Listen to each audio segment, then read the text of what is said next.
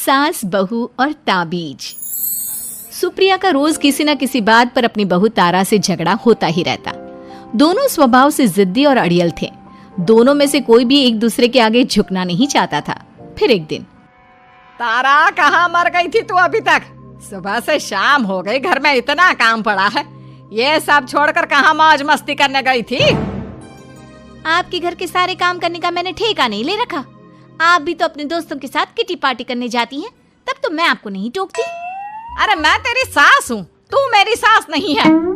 सास है तो क्या मुझे चैन की सांस नहीं लेने देंगी आप? बहुत जबान चलने लगी है तेरी आजकल। आने दे मेरे बेटे को घर पर, फिर देख तेरी कैसे क्लास लगवाती हूँ। आपके पास और काम ही क्या है?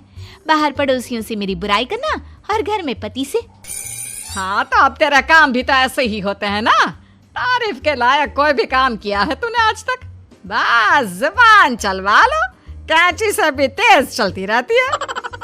सिर्फ जुबान ही नहीं, हाथ पैर भी चलते हैं, जिनकी वजह से आपको घर में इतनी सफाई देखने को मिलती है, वरना आपको तो अपनी किटी पार्टियों से फुर्सत नहीं मिलती। तो कहना क्या चाहती है?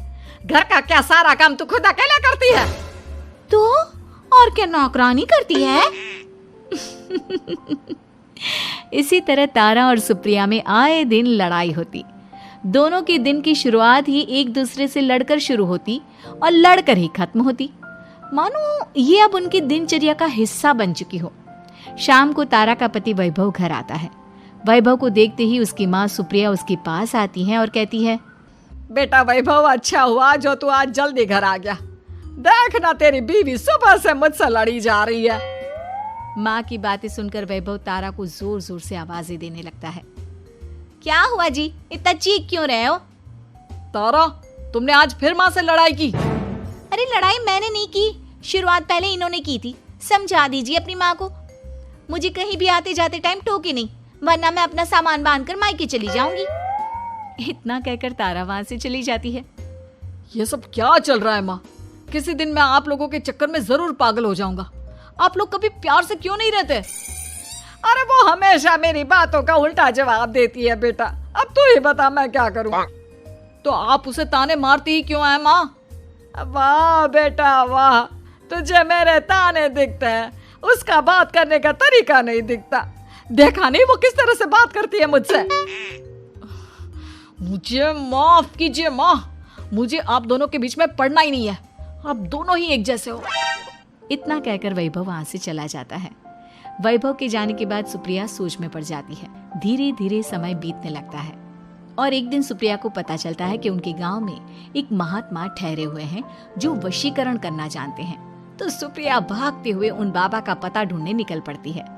इस बात की खबर जैसे ही तारा को चलती है, वो भी उस बाबा की खोज में निकल पड़ती है। अगले दिन सुबह, आज तारा और सुप्रिया दोनों ही बहुत अच्छे मूड में होती है। ना सुप्रिया तारा को देखकर कोई ताना मारती है, ना तारा अपनी सास से बेवजह उलझती है। दोनों मिल बांट कर रसोई में काम करती हैं। भाई तारा, जरा मुझे वो चाय पत्ती पकड़ाना। ये लीजिए माँ जी, क्या आप मेरे लिए भी चाय बना देंगी? अरे हाँ हाँ, क्यों नहीं। इसी तरह दिन बीतते हैं और दोनों का रिश्ता भी निखरने लगता है। ऐसे ही देखते 3 महीने बीत जाते हैं। आजकल ये मैं क्या देख रहा हूँ? अचानक आप दोनों के बीच इतना प्यार कैसे हो गया? एक दिन था जब कभी माँ आप तारा को ताने देते देते नहीं थकती थी, और तारा, तुम पहले तो कितना उलझती थी माँ से, तो अब ये अचानक क्या हो गया आप दोनों को? अरे यह सब तो एक बाबा का कमाल है, जिसने मुझे ये ताबीज दिया था। सुप्रिया के हाथ में बंधा ताबीज देखकर तारा चौंक जाती है। ये ताबीज तो उस बाबा ने मुझे भी दिया था, आपको अपने वश में करने के लिए। इसका मतलब तू भी उस बाबा से मिलने गई थी? आपकी हरकतों की वजह से ही मुझे जाना पड़ा था। ये सब क्या चल रहा है? मुझे तो आप लोगों की कोई भी बात समझ में नहीं आ रही। सुप्रिया वैभव को सारी बात बताते हुए कहती है, अरे जैसे ही मुझे पता चला कि हमारे गांव में जाने माने तांत्रिक बाबा आए हुए हैं जो वशीकरण करना जानते हैं, तो मैं बिना देरी किए उनके पास चली गई और बहू को अपने वश में करने की इच्छा उनके सामने रखी, जिससे ये मेरी हर बात माने। बाबा, मैं अपनी बहू से बहुत दुखी हो चुकी हूँ। वो मेरी एक बात नहीं मानती। आप कुछ ऐसा कीजिए बाबा जिससे मेरी बहू मेरी हर बात मानने लगे। पहले आप मुझे अच्छे से बताइए, आपको अपनी बहू से आखिर परेशानी क्या है? बाबा वो मुझसे कभी प्यार से बात नहीं करती। मैं उसे एक बात सुनाती हूँ तो वो पलट कर 4 बातें सुनाती है। आप कुछ ऐसा कीजिए ना जिससे मेरी बहू सारी बातें मानने लगे। बाबा सुप्रिया की बातों को ध्यान से सुनते हैं और उसके बाद सुप्रिया को एक काले रंग का ताबीज देते हुए कहते हैं, ये ताबीज तुम्हें अपने गले में पहनना है और जब तक मैं ना कहूँ तब तक इसे उतारना मत। तो क्या इस ताबीज की मदद से मेरी बहू मेरे वश में हो जाएगी? सिर्फ वश में ही नहीं, इस ताबीज के कारण तुम्हारी बहू तुम्हारे आगे पीछे भी घूमने लगेगी। लेकिन बस तुम्हें कुछ काम करने होंगे। कैसा काम बाबा जी? तुम्हें अपनी जुबान पर काबू रखना होगा। उससे जो भी काम करवाना हो हमेशा प्यार से बात करनी होगी। धीरे धीरे वो तुम्हारी मुट्ठी में आ जाएगी। अरे ठीक है बाबा जी, जैसा आप कहेंगे ठीक मैं वैसा ही करूंगी। तारा ये सब सुनकर चौंक जाती है। ऐसा ही कुछ तो मेरे साथ भी हुआ था जब मैं उस बाबा से मिलने गई थी। बाबा जी, मैं अपनी सास से बहुत तंग आ चुकी हूँ। वो हर रोज़ किसी न किसी बहाने मुझसे लड़ती रहती हैं। आप प्लीज़ कुछ ऐसा करिए ना जिससे मेरी सास सुधर जाए और मुझे बेवजह टोकना बंद कर दे। तारा की ये बातें सुनकर पहले तो बाबा सोच में पड़ जाते हैं। उसके बाद वो तारा को भी काले रंग का ताबीज पकड़ाते हुए कहते हैं, ये लो बिटिया, इसे अपने गले में पहन लो और जब तक मैं तुम्हें इसे उतारने के लिए ना बोलूं तब तक इसे उतारना नहीं। इस ताबीज को पहनने से तुम्हारी सास तुमसे प्यार करने लगेगी और दिन रात तुम्हारे आगे पीछे घूमेगी। ये सुनकर तारा बेहद खुश हो जाती है। बाबा, इस ताबीज का असर कब तक होगा? अगर तुमने मेरी सारी बातें मानी तो इस ताबीज का असर तुम्हें 2 दिन बाद ही दिखने लगेगा। उसके लिए सबसे पहले तुम्हें अपनी सास को इज्जत देनी होगी, उनके साथ प्यार से बर्ताव करना होगा और अगर कोई भी काम भी करवाना हो तो प्यार से ही बात करनी होगी। फिर देखना वो कैसे तुम्हारे इशारों पर नाचती है। ठीक है बाबा जी, जैसा आपने कहा है मैं ठीक वैसे ही करूँगी।